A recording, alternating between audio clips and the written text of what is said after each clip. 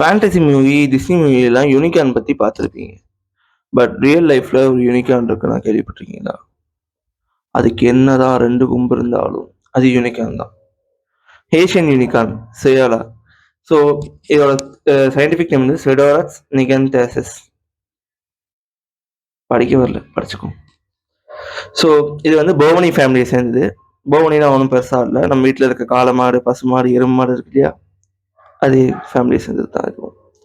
So இதுல வந்து என்னன்னா, இது வந்து 1972 தான் வந்து கண்டுபிடிக்கப்படுது.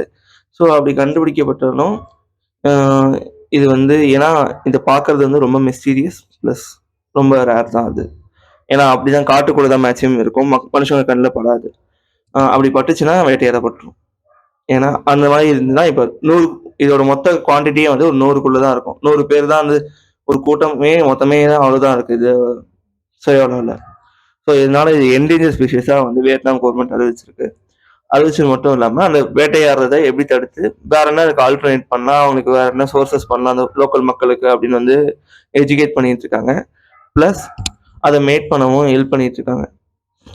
என்னதான் இப்ப என்டேஞ்சர் ஸ்பீஷீஸா இருந்தாலும், நெக்ஸ்ட் ஜெனரேஷன் அத பார்க்கணும் அப்படிங்கிறதுக்காக வியட்நாம் கவர்ன்மெண்ட் ஸ்டெப் எடுத்துட்டு இருக்காங்க. ஸோ மனுஷன் ஒண்ணு பார்த்தா அவ்வளோதான்டா. நீங்க என்ன நினைக்கிறீங்க? இந்த ஏசியன் யூனிகார்ன் சேவலாவ பத்தி?